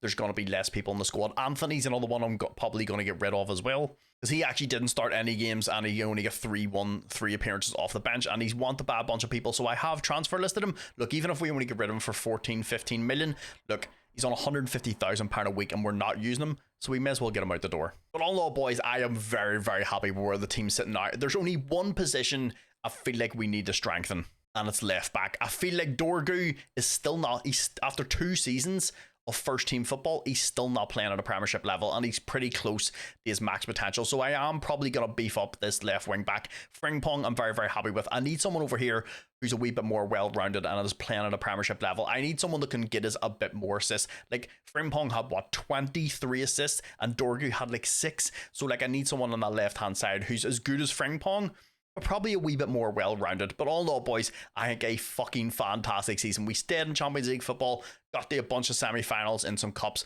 semi-final in the Champions League. We just push on from here. Obviously, I would like to start creeping up the league. I want to win the league at some point. But the Premiership is hard to win. But, boys, let's jump into season 3. So, boys, moving over into season 3, we only lost one player I actually didn't really want to get rid of. But on the plus side, we got decent money for him and we replaced him pretty well. And that person was Lisandro Martinez. PSG came in and offered. I said no. They came back again. I said no. Then he got upset and said he wanted to leave. Look, I don't understand why he wants to go to PSG. But all in all, look, we got decent money for him. We got a total of 60 million. It's a player I don't want to get rid of. Look, you know I'm a Man United supporter. I love Martinez, and he was perfect to play in that DM role. And then down the line, Ugarte was going to take his place whenever he either leaves or retires. That was going to be my long-term plan, but unfortunately, he wants to go out the door. And obviously, I can't really have players in my team that don't want to be here. Next one out the door was young Amad Diallo. This is one, unfortunately, like I said, in this FM, he's just not as good as he is in real life. Starts off at 13.5 million, working its way up to 20.5 million from Olympique Marseille. He wants guaranteed football. I can't guarantee him that at this club, so we sold him on. And the last one is young Anthony, another one wants guaranteed first team football. I'm not going to guarantee him that. He's also won crazy wages. He was on £170,000 a week. We only got 11 million for him, but all in all, look, we paid I still can't looking at this sale, I still can't believe in real life Man United paid fucking 82 million. When I was in that meeting and they went 82 million, I just walked out. I literally would have just walked out. But look, once again, he wants first team football. He's not going to get it here. We get 11 million. So then obviously with Martinez going to the door, it means I've only got Ugarte as our defensive midfielder. So I brought in Gabriel Moscardo from PSG for a total of 11 million. So look, this is a really, really good deal. The kid has a ton of potential. Good mentality, super consistent. He's 6'1". I'm going to work on his weaker foot, but he's very, very good all round. He becomes very, very good. So it means him and Ugarte are going to fight for that position. Just see, let the best man win. Big transfer, obviously, in this window. I brought in Miguel Gutierrez. Look, this is one of those ones, like I said, I wanted someone in the left back position who's as good as Frimpong or maybe a little bit better. Unfortunately, Dorgu has just not progressed how I thought he was going to progress. That happens. Some saves he's good, some saves he's not. It just depends what you get. Unfortunately, he's not just going to be fantastic in my save. So it means we have Gutierrez as our starter. We have Dorgu as the backup, and then we Frimpong on the other side with Azrari as his backup, so we have a lot of good squad depth. We did have to pay a total of 56 million, but it's Miguel Gutierrez. He's probably one of the best young left backs in the game. Obviously, he has a buy clause of 30 million, but that has gone because he signed a new contract. But all in all, look, we sold Martinez for 60, brought him in for 56, and let's be honest, it's a position that we really, really needed to strengthen. Now, if you look at the team, Seaman, Mark Gahey and Delit, them two, and we also have Euro and Zizi on the bench, which is going to be fantastic. Gutierrez on one side, Frimpong on the other, Ugarte just kicking the shit out of everybody, Menu and Mount in the middle of the park with Eze, Højlund and Xerxes in there. A lot of people wanted Højlund, didn't really overly want to get rid of him. Like I said, he's young, I want to give him a wee bit more time, give him a couple of seasons, see how he progresses. I think as far as I know, yeah, he could improve significantly. If he gets another star better than this, we have an absolute superstar in our hands. And then, of course, big Xerxes up top. I'm a huge fan of him. Even in real life, I think Xerxes is fantastic. But boys, that's everybody in the door. Like I said, I'll bring you back in January if there's anybody that we want to bring in for an approach sign. I'll bring you back in April for the youth intake. Our last youth intake was 2 stars. It was horrendous. Probably been the worst one yet. Look, I just want to get a couple of good players through our youth intake and I'll be very, very happy. But boys, that's enough messing about. Let's go play season 3. So we're at the end of season 3. Look, the only thing I wanted to do was just keep progressing. We've been doing well in the Champions League. We've been doing well in the Cups. The league, yes, finishing 4th 2 years in a row is fantastic, but I want to start moving up the table. I did change the formation up just a little bit. Look, I know we're scoring a ton of goals, but you can score a ton of goals in other formations. I feel like we're conceding way too many. Like, Dennis Seaman conceded 99 goals last year, and it's too much. Look, it's a little bit of fun, but I actually want to win some trophies and try and win the Premiership. So I did rein it down just a little bit. We're still very attacking, but just brought it back just a little bit. So let's see how we did in the Premiership. So we started off with a fantastic win over Chelsea. We started off the scoring through Mason Mount. It's good to see Mason scoring past his old club. Then a Euro then made it 2-0. They got one back in the 60th minute. We also could have won 3-1, but we missed the penalty. Then on top of that, we also had a fantastic win over Liverpool. Højlund getting the first goal. Mount then made it 2-0. Then to wrap things off and make it 3-0, Mo Salah actually scored an OG. It kind of just hit him and went in. Then we also absolutely obliterated Arsenal. We started off the scoring through young Kobe. Rasmus then made it 2-0. Some terrible keeping. Rasmus then picked up a second goal of the game. Arsenal then got back into the game through an OG from Matthias de Ligt. I don't know what he was doing. But we picked ourselves up and got a goal through then a Euro. Mount then made it 5. Then to finish things off, we made it 6-1 through Jonathan David. It took us 3 seasons, but we got there. I think the switching up the tactic did help us a little bit. Like I said, we were scoring a lot of goals, but we always score a lot of goals no matter what formation I use because of the way we play. I just wanted to rein back the amount of goals we were conceding because it was absolutely wild. Like I said, Dennis Seaman conceded 99 goals last year. And look, while it's fun, I wanted to rein it back a little bit. So we played 38 games. 128. We only drew 6 this time. We only lost 4 to Liverpool, Chelsea, Nottingham Forest and Arsenal. Nottingham Forest finished second, which is absolutely insane. We had a 68 goal difference, which is like 20 goals more than what we had last year, and we finished on 90 points. The closest team to us was Forest on 77. On top of that, we also had a lot of big teams play really, really bad. Like Liverpool are down in 5th, Man City are down in 7th, Arsenal down in 4th. They're a long way off us, like 17 points. But the good thing is to see we are starting to get players up into the goals and stuff. Rasmus is up there, second place. Obviously, Erling Haaland's going to be hard to beat because like he's so fucking good in the game.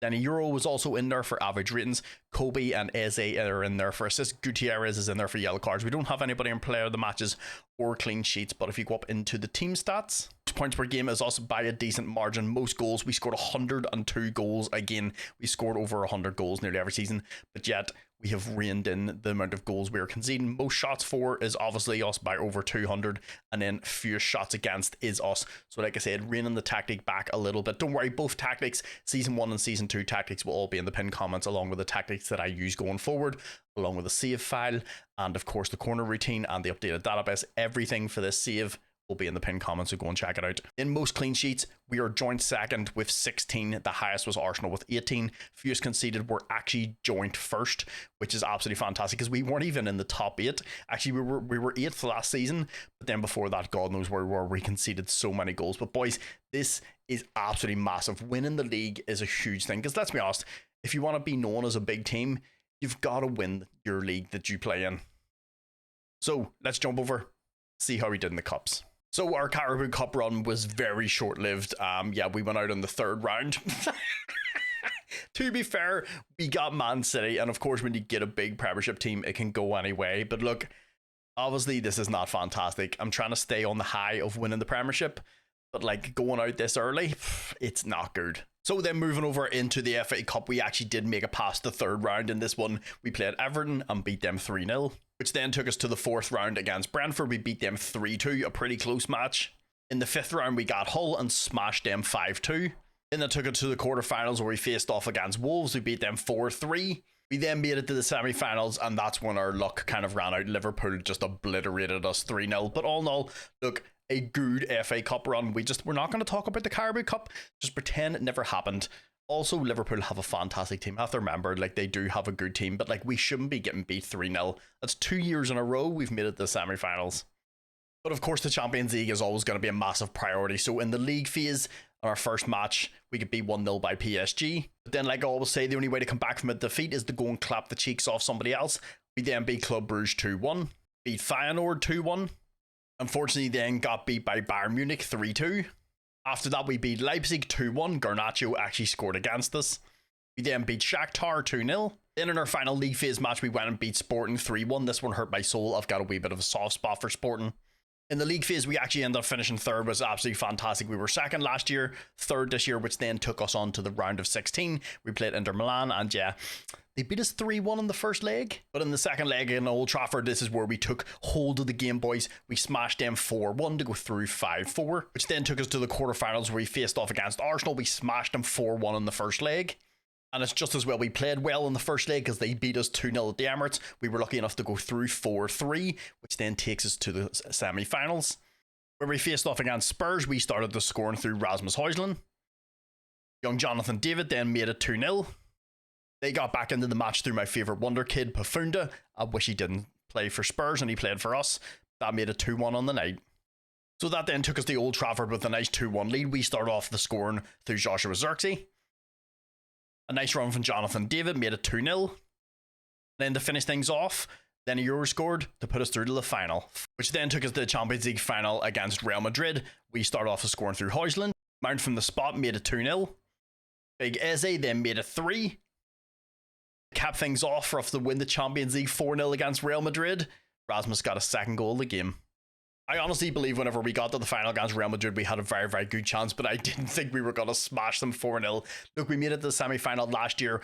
We made a few tweaks. We brought in Gutierrez, which I thought was honestly the only piece of the puzzle that we needed to make this team absolutely fantastic, and we did that. Look, I'm more surprised than you are. I didn't think we were going to win 4-0.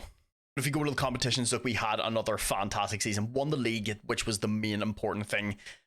Got to the semi-final of the FA Cup. Look, the two cups are probably going to be the hardest fucking things for us to win. I don't know what it is about cups. I don't know what it is. They just evade me.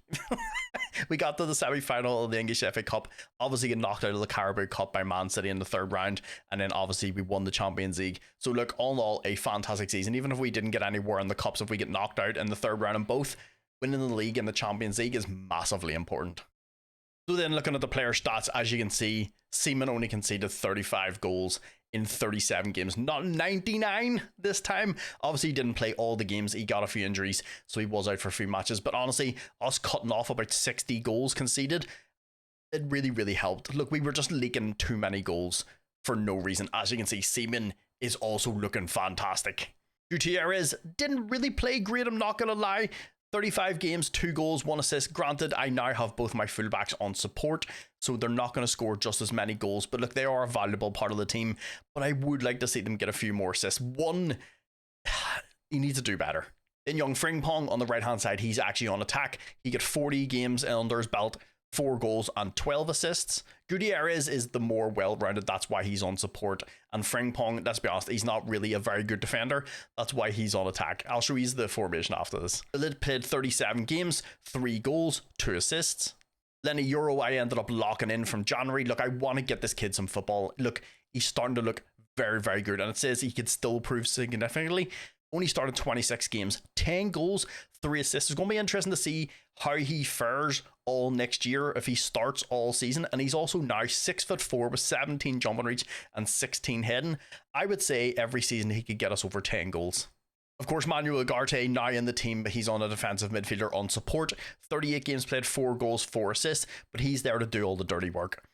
Young Kobe is in the centre midfield, right in front of Ugarte. Played 41 games, 5 goals, 15 assists from centre midfield. Then Eze started 30 games, had a few knocks, didn't get to play the whole season. 10 goals, 13 assists. So fucking 23 goal involvements in 30 matches. And of course, big Joshua Zirkzee, 39 games played, 8 goals, 10 assists. So only 18 goal involvements in 39 games. Look, not a fantastic season, but the team overall played very, very well together. Mount played 31 games. He did have a knock that had him out for a good 15-20 games. He had 18 goals and 8 assists. A good season for Mount. Obviously, the season he had last year, where was it?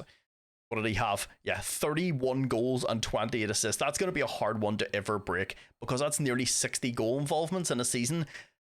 It's going to be hard to beat that. And then, of course, the big man up top, Rasmus Højlund, who I wanted to see a wee bit more from this year. Look, he's progressing very, very well. He's close to his full potential, but he's very, very good. Played 40 games. Once again, had a few knocks. Didn't get to play the whole season.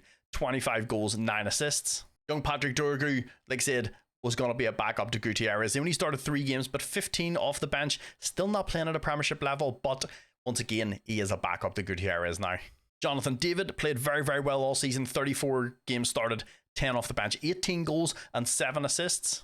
Young Delap didn't get to start any games, but once again, he set as an emergency backup for the squad, but he had 24 off the bench. Young Adam Wharton had 3 games started, 28 off the bench, 3 goals, 3 assists. And ZZ, unfortunately, didn't get any games, which is kind of strange. I thought we would have had a wee bit of rotation, so he's one I may have to get out on a loan next year, but then knowing my luck, I'll send them out on loan, then we'll get injuries, and then we won't have a backup. So I don't know what to do with him. If to keep him in the squad, maybe just see if he gets some football next year, or just loan him out. Young Archie Gray, another one surprisingly that didn't get a ton of football, only got 5 games off the bench, which is kind of wild. Young Moscardo, another one that only got 4 games off the bench, which is kind of interesting, but Ugarte is one of those players that's always fit, so I kind of understand that. Then, of course, once again, I did loan out young Cheeto, Audrey Morton. He played 24 games, 10 goals. Starting to look pretty good. Look, he's worth 20 to 24 million now. This is the formation I ended up switching to. Like I said, any formations that I use in this save will be in the pinned comments along with everything else. I just wanted to sort of lock it down a wee bit more. I still want to play very, very attacking, but I want us to be a wee bit more sensible defensively. Look, the other tactic was fantastic, but leaking nearly 100 goals in a season is just not good. Like, it's hard to win trophies when you're leaking that many goals. And like I said, this team, I'm super happy with. Seaman, Gutierrez, Delit, or this could be Mark Gahey either. Euro, I am going to lock in for as long as possible. I want him to be the man that's in our defence, and he always scores. Frimpong, Ugarte, Menu, Eze, Mount, Xerxes, and Rasmus. This team has done very, very well this season. If I would have looked at this team, what I thought, would we have won the Champions League? I would say we had a good chance, because we're very good all round. I wouldn't say we've any weaknesses in the team now. I would say everybody that's in here deserves to be here, which means going forward, we don't really need to spend a ton of cash, because like we have 178 million sitting there. Finance wise, I forgot to show you the finances every season. Debts and loans, the net debt is at absolutely 0, and the remaining debt's at 194 million. We should be able to wipe that out very, very soon. The original debt was like 582 million, so we've knocked off like 320 odd million. But I would say, boys, it's a fantastic season. Obviously, I didn't show you the youth intake because it was absolutely horrendous. Once again, I don't understand why we're not getting good youth intakes. We have 5-star youth recruitment. Like, even that's 3 years and we haven't had one good player yet. Like, not even like a sort of 4-star. Like, he looks pretty decent. They've just all been bang average. So hopefully, boys, if you pray to anybody, pray to somebody that this season and the next season we can get some good players come through the youth intake. I don't want to have to buy all the young players. I would like some of them to come through our youth academy. But boys, that is the end of season 3. Let's move on to season 4. So boys, we are at the start of season 4. There hasn't been much transfer wise. Like I said, I'm very, very happy with the team. We did lose one player, one that I was okay with losing, but we got rid of him for very good money. And that person was Eze. He came, signed for us, did really well, won the league, won the Champions League, and then fucked off. So he ended up going to the Saudi League. Obviously, we bought him for what, like 29 million whenever Crystal Palace got relegated. We sold him to the Saudi League for 60 million up front, working its way up to 90. So we get 90 million for a player that we bought for, it was actually 24 million. So yeah, we've made a wee bit of a huge profit on that one. Look, he wanted to go. It's understandable. Look, he's on like £625,000 a week at the Saudi League. He's about to be 30 this year. So, no, I mean, we appreciate the work you put in, Eze. So I was able to bring in young Callum Doyle. Strangely enough, Man City released him and he was on a free, so I went and picked him up. He was on my short list, and then at the end of every season in the Premiership, it tells you a list of players that have been released by the clubs, and he was one of them, and I was like, really? He was valued at like 65 to like 90 to 100 million at one point because he was on loan. I did try to buy him. He was one of the players I did actually try to buy because he was young and English and a centre back. But apparently we just got him on a free. Then one player I brought in was this young guy, Nicolas Suarez. My scouts that are scouting South America showed me this one. Look, kid's got a ton of potential. He's only 18 years old. He's Argentinian. He's got a very, very good mentality. Played reasonably well with both feet. He's got 4 to 5 star. Obviously, he's not going to be a 5-star player. It's very hard to find. Like the Mania Mall's like a 5-star player. But he's got 16 finishing, 14 first touch, 15 passing. His teamwork, vision, and work rate are all solid. 16 off the ball, 15 determination. Mental stats are good. Physical stats are very, very good. Strength is a little low, but he's only 18 years old. It's something we can work on, and we only paid a total of 6.5 million for him. There was another guy I was interested in bringing in, but then they wanted a total of 48 million for him, and it was this young guy, João Roca.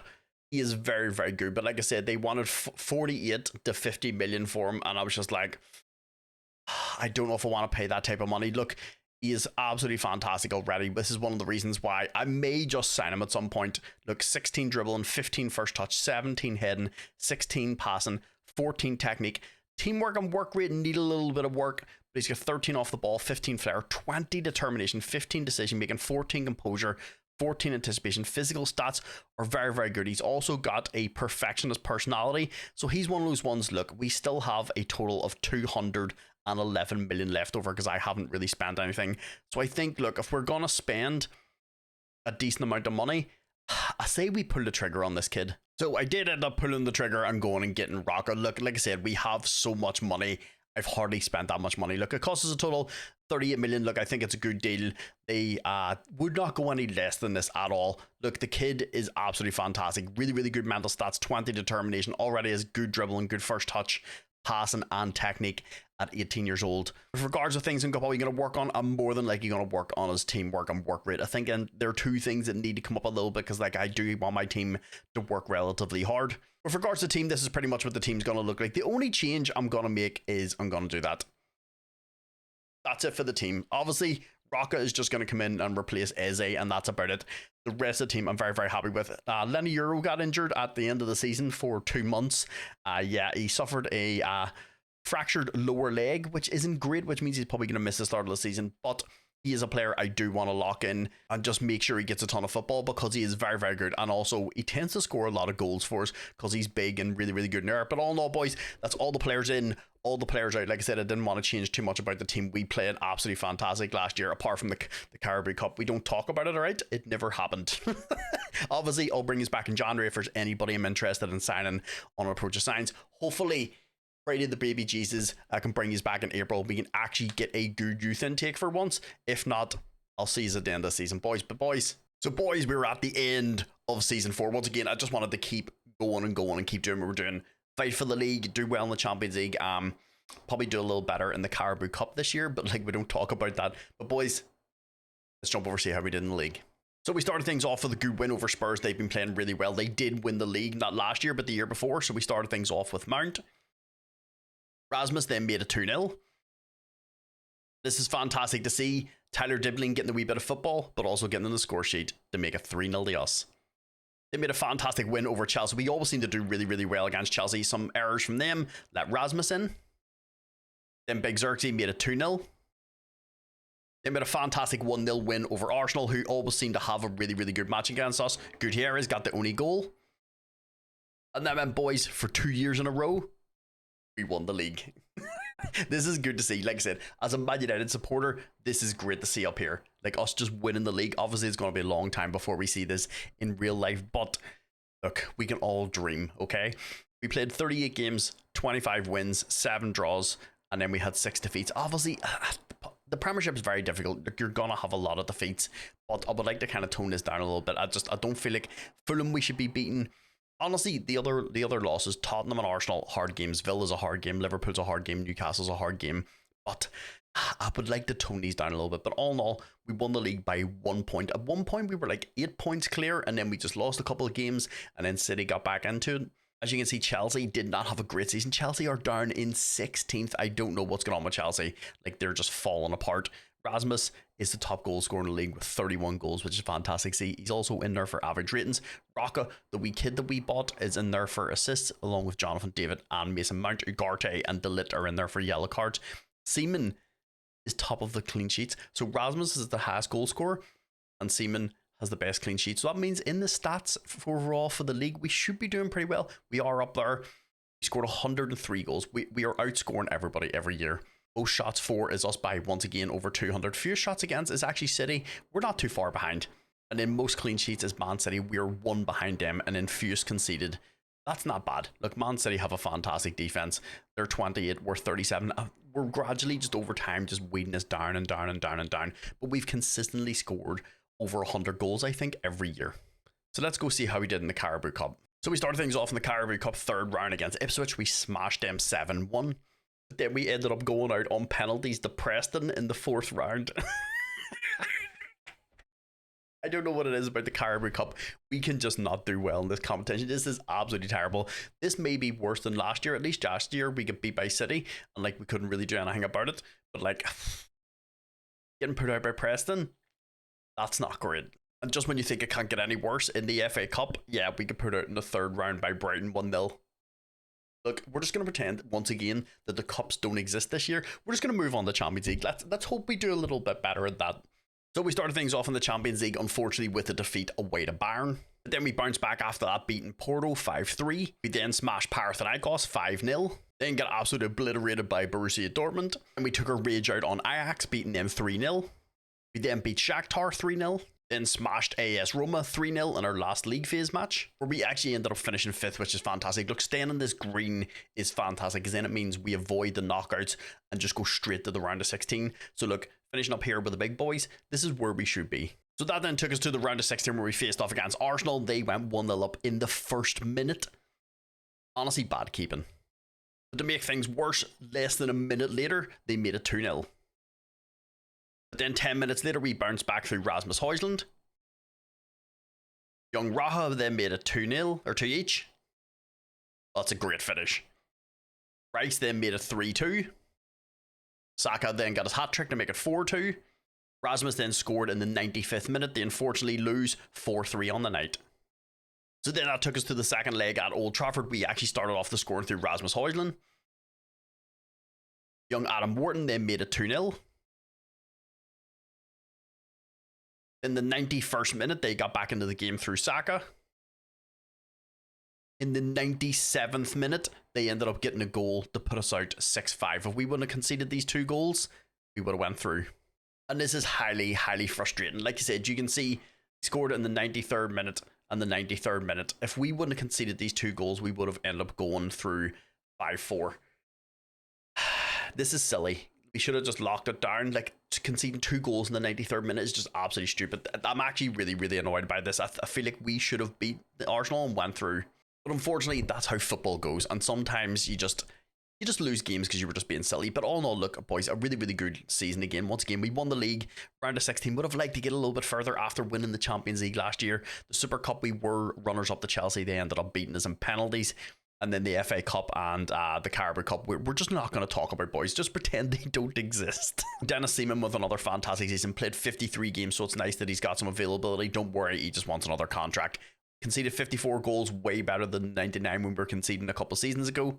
Gutierrez played 46 games, 5 goals, 8 assists. Of course, because he's on support, he's not going to be pushing up just as much, and we're not playing just as aggressive. So both of our fullbacks probably won't score just as many goals, but it's more about the team.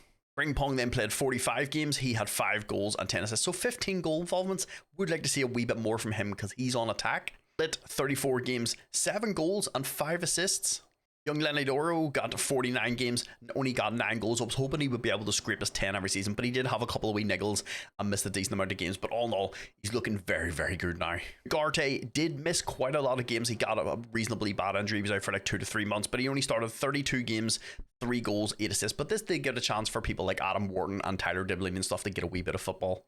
Menu, 44 games started, 9 goals and 12 assists. Young Raha, of course, first season, look, he's only just turned 19, played 42 games, 9 goals, 17 assists. Decent bout, 53 games, the dude is always available, like all the time. 16 goals, 14 assists, what's that, like 30 goal involvements in 53 games? Big Joshua Zirkzee, honestly, had a wee bit of a quiet season, only started 32 games, once again, got a couple of wee niggles. 7 goals and 6 assists, he's one I would like to see a wee bit more from. I feel like he should be doing a lot better. Big Rasmus up top, 46 games, 42 goals and 6 assists. I would like to see Rasmus score 20 goals in real life. I feel like the kid has some real potential, but he's just not ready to be Man United's real striker in real life. He's still very, very young. But all in our game, he had a good season.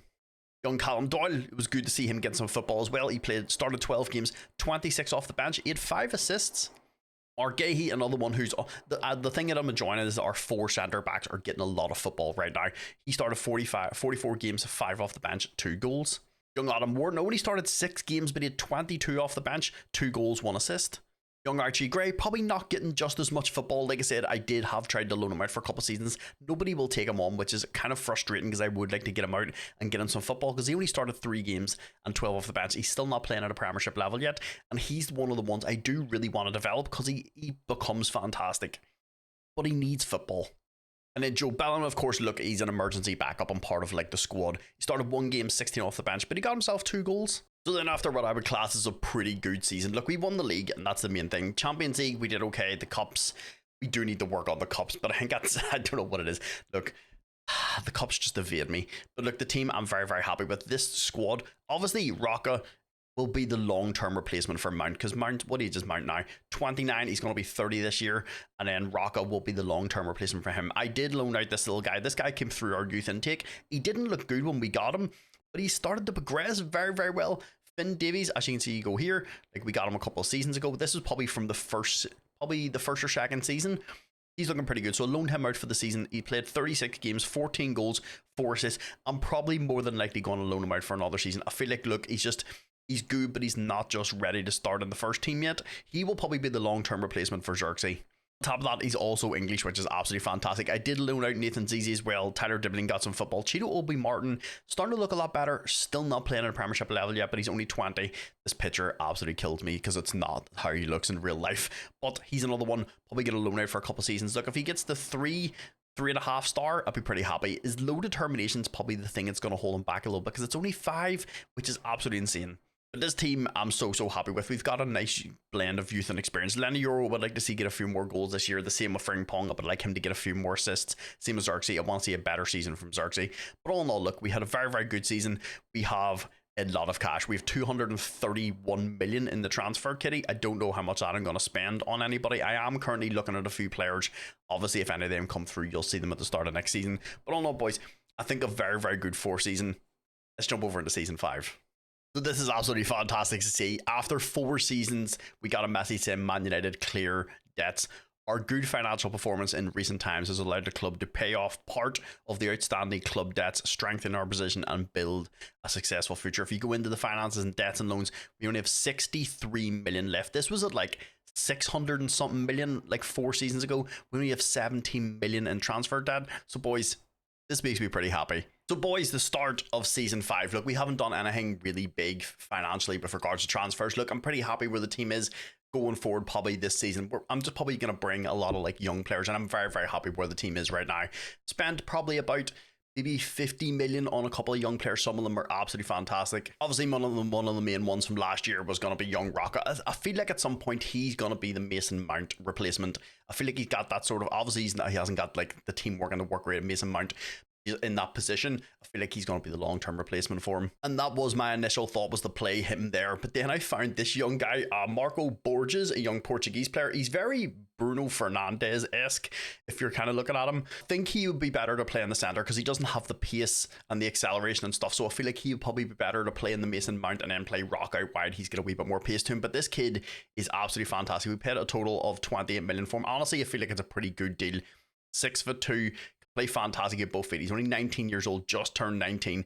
Fantastic mentality. He already has 15 first touch, 15 long shots, 15 technique, 13 passing, work rate of 14, 16 vision, 17 teamwork, 16 flair, 20 determination, 17 decision making, 13 composure, 12 anticipation. Physical stats are also very, very good. Stamina and natural fitness are 15 and 14. Balance is 16. Like I said, he's 6'2" and he can play with both feet. This, I feel, is the long-term replacement for right in that Mason Mount. I feel like this guy is absolutely perfect. He is very Bruno Fernandes-esque. So we also found this young guy. He is way, way cheaper. It's one I'm probably more likely going to loan out for a little bit. But this one is Andres Figueroa. I have no idea how to pronounce his name. Once again, only just turned 19, but he's good mentality, super consistent. A little injury prone, but he's going to be more of like a squad depth type player. I feel like he's going to be the replacement for our new Bruno Fernandes. But once again, decision making of 16, determination of 15, flair 17, teamwork is 16, technique of 17, 15 passing, first touch is pretty solid, good natural fitness of 18, strong with one foot, very strong with the other foot, and we only paid a total of 5 million for him. I think this is a really, really good deal, and he can be a backup for our new Bruno.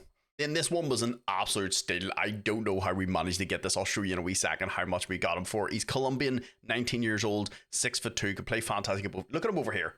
Look how good already he looks. 15 acceleration, 14 pace, 13 agility, 16 bounce, 15 jump and reach.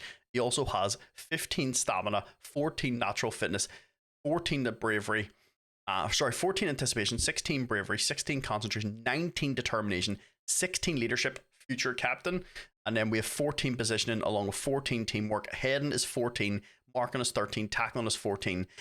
How much would you think we paid for this guy? If I looked at this type of player, I'd be like, that dude, that's easily a 25 to 30 million pound centre back. Yeah, 2.5 million we paid for him. He was one of the ones I had on my shortlist, and then he was wanted. And I was like, okay, this is dangerous, because it was PSG, Real Madrid, Liverpool. We were the only one to put in for him. As soon as I seen the teams that wanted him, I was like, right, we need to snap him up. And his price tag wasn't that high, so I swooped in. Nobody else put in for him. So this is probably going to be one of our new centre backs at some point. That is everybody in the door and everybody out the door. That young centre back, I'm more than likely going to loan him out for the season. I don't want to bring him straight into the team. He's not going to get a lot of football right now, but he would probably be the long-term replacement for De Ligt, because if we go into De Ligt, look, he's 28, going to be 29 this year. We're going to need a long-term replacement. That wee kid is only 19, and he's absolutely phenomenal. Him and Euro together would be absolutely disgusting. But like I said, that is everybody in. I didn't change the team too much. Obviously, I'm still got to loan out a lot of players like Cheeto, Obi Morton and stuff, and all Lemons and Moscardo. I want to loan out for another season and get a wee bit more football, because Moscardo will probably be a backup to your Ugarte, but probably a long-term replacement, if I'm being honest. He has the potential. He's not as much of a destroyer as Ugarte is, but he's a wee bit more well-rounded. He's kind of like a Patrick Vieira type player, where he can kind of just do everything. And that's the type of player sometimes you need in your team. But obviously, guys, like I said, I'll bring you back in January if there's anybody good for approach of science. And then, I'm sick of saying this, if you pray to anybody, pray to somebody that we get a good youth intake. We have had no good youth intakes. Obviously, we did get Finn Davies, who ended up being pretty solid. He's one definitely want to get loaned out, because he has a ton of potential, but he's not playing at a Premiership level yet, so I don't want to put him in the team, so he's probably going to get loaned out for another season. The same with Borges and stuff. I feel like they're good players, but they're not going to get a ton of football if I keep them in the club, so I'm going to try and get them all loaned out for a season and get them a little bit of football. But hopefully we can get a good youth intake. Boys, let's move on to season 5. So we've made it to April, and we got a terrible youth intake again. It was average, 3 out of 5 stars. None of the players were good. Of course, I signed them all just in case there's a little hidden gem. So we're just making our own youth intake. I brought this little guy in January. For a total of 1.4 million. He looks ridiculously good. He also is in the first team, and he has 4 to 5 star potential. Look, if he gets a 4 and gets another star better than this, he'll be phenomenal. I'm working on his pace. He's 13 and 13. It's not a big deal if he doesn't get any faster, but I think, look, he's already valued at 99 to 116 million. I think we've got ourselves an absolute smasher in our hands, and for all the money we paid. So then I also found this young guy as well. He is currently in the under-21s. I'm going to give him a wee bit of football, try and get him loaned out. But we paid a total of 6.2 million for him. Strong with one foot, very strong with the other foot. Got a fantastic mentality, super consistent, 20 determination, 16 finishing, 17 technique, 16 flair. Mental stats are solid, physical stats are good. He's got good agility, good pace. And like I said, for a total of 6.2 million, bring him into the team. Next year, loan him out again, get him a couple of years worth of football. He's only 19 and he's Argentinian. I think this guy could be very, very good. Boys, here we are at the end of season 5. Look, my goals going in this is I want to do better in the fucking cups. We have been terrible in the Carabao Cup and the FA Cup so far, and I want to increase those, but I also want to stay on top of the league and stay in the Champions League and do well, because obviously that's where all the money is. So let's hop over and see what he did in the league first. So we started things off with a fantastic 1-0 lead over Man City. Matthias de Ligt getting the only goal. Not bad for a centre back. We then absolutely obliterated Chelsea as well, with Mason Mount scoring past his old club. He then doubled up with a penalty to put us 2-0 up. But then big Matthias de Ligt scored from a corner to make it 3-0 on the night. We then absolutely decimated Arsenal with Rasmus starting off the scoring. Mount from the spot made it 2-0. Mount then scored again to make it 3. Then Frimpong to make it 4. Then young Manu got in the score sheet. Mason Mount then scored to get himself a hat-trick to make it 6. But we weren't done there. Adam Wharton got on the score sheet right at the end of the match to make it 7-0. So this has probably been our best season with regards to the results. We had some absolute bangers against like smaller teams. We had a couple of 8-0s, a couple of 5-0s. So we did win the league again. This makes me so happy as a Man United supporter. We played 38 games, 30 wins, 5 draws. We only had 3 losses, Chelsea and Liverpool. I'm happy enough about because like they're hard games, but Ipswich we should be beaten. But look, it is what it is. We had 83 goal difference. I really, really enjoy this tactic. Like I said, this tactic will be in the pinned comments for anybody who wants to use it. And then we finished on 95 points. But strangely enough, with us scoring a lot of goals, we don't have anybody in the player stats. We seem to spread the goals a lot around the whole team with this tactic instead of just like one person picking up all the goals. Frimpong and Mount in there for average ratings. Mount had 20 assists, so once again, he's probably had a very, very good season. Mount is also in there for player of the matches. Seaman is top for clean sheets. Frimpong got himself in there for yellow cards, but he was third, so I'm probably going to fine him a week's wages. But joking aside, the overall team stats, most points per game is us, and then most goals, we scored 111. This has been our best season so far with regards to goals. And then most shots, we had 700, obviously 200 ahead of everybody else again. Fewest shots against was us, which means we did have a very, very good defense this year. Most clean sheets, 19, and the fewest conceded at 28, which is fantastic. Like the closest team to us was Spurs at 37.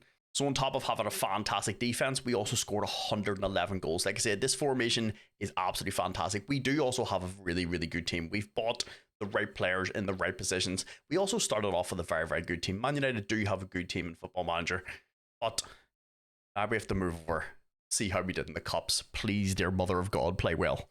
So we start things off in the Carabao Cup in the third round. We actually beat Arsenal 2-1. This was a very, very close game and close to going out in the third round again, but we did progress this year. Then we got Sheffield Wednesday in the fourth round and smashed them 3-1.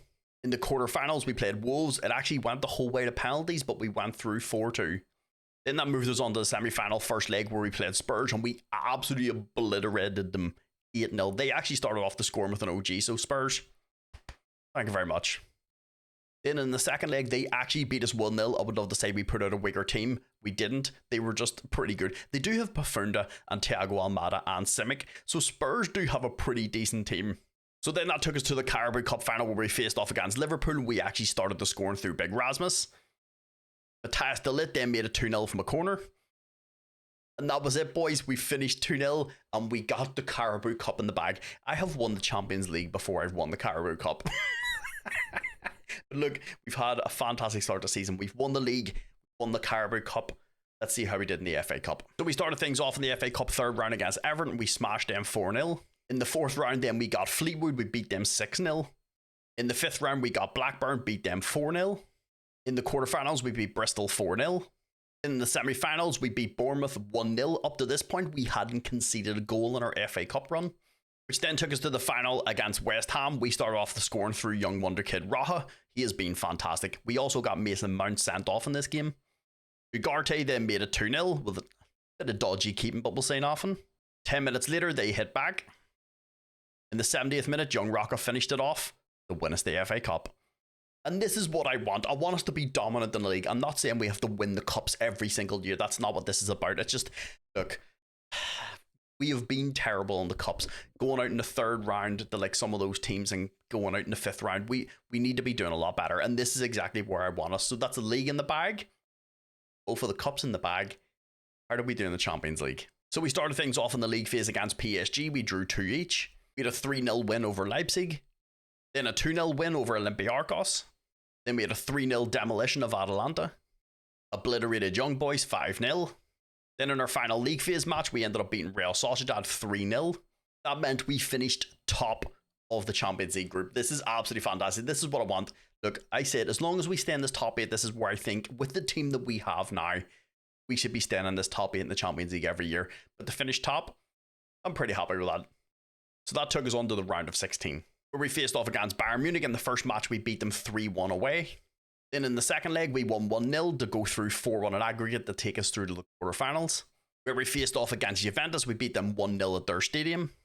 Then when we took them back to Old Trafford, we absolutely obliterated them 4-1 to go through 5-1 in aggregate. They have Cole Palmer, who they actually bought for 23 million. If I knew they would have bought him for 23 million, I would have bought Cole Palmer. He's fantastic in this.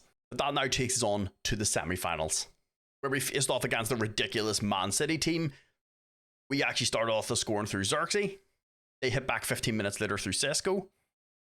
And in the 96th minute, they got a winner through Xavi Simons to beat us 2-1 on the night. Which then took us to the second leg at Old Trafford, where we took control of the match. We actually started off the scoring through Mason Mount. Mount then scored the second goal to put us through 3-2 to take us to the Champions League final, where we faced off against Liverpool, and unfortunately, they beat us 1-0 on the night through a Striller goal. I'm upset at this, because as a Man United supporter, getting the Champions League final and then facing Liverpool, you want to beat them. This is revenge for us winning the Carabao Cup and beating them 2-0. This is unfortunate. It was a very, very dull game. Not a lot happened. There was more bookings than there was anything. But look, we did very, very well. We won the league, won the FA Cup. won the Carabao Cup, made it to the Champions League final. Look, I would rather have got decimated by another team than get beat by Liverpool. But look, they do have a very, very good team. Liverpool's team and Man City's team, they have bought some ridiculous players. They have Jamal Musiala, they have Striller, they have Hugelmand. Their team's very, very good. And then, like I said, Man City also have Xavi Simons and they have Sesko. They've bought a bunch of really, really good players. So if you take the save on, you are going to be fighting up against a bunch of really good teams, which is what you want. You want some competition. And then performances-wise, a bunch of players had some very, very good seasons. Obviously, with us winning a lot of trophies and getting the Champions League final, the team has clearly performed well. Dennis Seaman, 55 games, 41 goals conceded, and 27 clean sheets. Look, this is massively down. Like I said, this is why I switched to formation. The first 2 seasons, the formation was very fun. But once we conceded 99 goals, it was time to knock it in the head and just move on to something a wee bit more tactically sound. And I think that was a good decision. Gutierrez with a wee bit of a better season, 55 games started, 3 goals, 15 assists. You got to remember he is also on support because he's the more well-rounded of the two. That's why I have him on support and Frimpong on attack. Frimpong once again had a good season as well. This is what I want to see, both of our fullbacks starting to get involved in the match a wee bit more. 56 games started, 3 goals, 21 assists. I did end up locking in young Hector Perez. I think, look, he's good enough to step up into the team and be a first choice centre back, and he's absolutely phenomenal. And look, he still has a long way to go to improve. He started 63 games, scored 13 goals. I think him and Lenny Euro together would be absolutely disgusting. Lenny Euro, strangely enough, only started 14 games, but he got 35 off the bench, 4 goals and 2 assists. He's still only 23. Fergie, he's got a lot of matches, 34 games started, 17 goals. He gets 17 goals, 17 off the bench, 0 goals, and he gets 7 assists for a centre back. And big Matthias de Ligt as well, for a guy that apparently is injury prone. Started 50 games, 10 off the bench, 7 goals, 3 assists. Then our big destroyer in the middle of the park. Look, I'm a huge fan of Ugarte, even in real life. And of me recording this, Man United had just beat Leon last night, 5-4. I don't know what we're doing, but look, we won. What a game. Probably one of the best games I've ever watched Man United play. Look, I don't want to talk about it too much. Just a fantastic game. But Ugarte, 53 games started, 10 goals, 13 assists. Not bad for a DM. Then young Kobe Mainoo, 54 games started, 9 goals, 13 assists. Young Borges, who I did lock in. I wanted him to get as many games as possible. Look, he's now playing at a Premiership level. He looks phenomenal. He already looked very, very good. Like I said, he is our next Bruno Fernandes. It's pretty much what he is. Started 60 games. So between him and Perez, the young centre back, they started like 123 games, which is wild. 9 goals, 15 assists. Not bad for a 19-year-old. Then our other young player that we actually brought in the January transfer window, Dejano, actually got a decent amount of games. 17 started, 16 off the bench, 11 goals and 5 assists. Once again, only 18 years old. Big Joshua Zirkzee started 45 games, 17 goals, 9 assists and a 7.1. He did have a wee bit of interest in moving away. Who's interested in him now?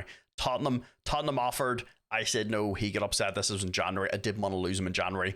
And then he transfer requested himself and then he's not on it now. So I don't know what's going to happen with Zirkzee. I may move him on because we do have some ridiculously talented young players. And I feel like Zirkzee's just probably doesn't really fit the style of play that I want to play.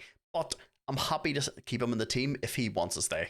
So then you look at the guy who's playing on the left-hand side. Zirkzee always starts on the right. Mason Mount started 43 games, 21 appearances off the bench, 28 goals and 27 assists and a 7.35 for the season. The only thing that worries me a little bit is, the Saudi League is interested in him in, so we may lose Mason Mount because when the Saudi League comes knocking, every player wants to go, and he is going to be 31 this year, so I don't know. We'll have to make a decision on Mount. Because we do have young talented players like João Roca who've played a lot of football this year, started 34 games, 23 off the bench, 19 goals and 12 assists. I didn't lock him in, so the assistant manager started him in 34 games. And then big Rasmus up top, who looks absolutely phenomenal now, by the way. 52 games started, 35 goals, 5 assists and a 7.3 for the season. So this is pretty much the team that the assistant managers locked in. Obviously, like I said, I put Perez and Borges in there to make sure they got a bunch of football. But this is what the assistant manager has decided is our best team. I would only make a few changes out of this. The first one would be, I would now start playing Lenny Euro in instead of De Ligt. De Ligt's going to be like 30 this year, and Euro is absolutely fantastic. Between Perez and Euro, 164, 163, they're both really good footballers. So this would probably be my centre-back pairing going forward. Like I said, Zirkzee, I'm not too sure. I think he just wants to leave. So if Zirkzee's not here, We do have young Rocca, but if we were to lose Mount, I would end up playing Rocca over on this side if I can move him over. And there is someone I would bring in to play on this left-hand side.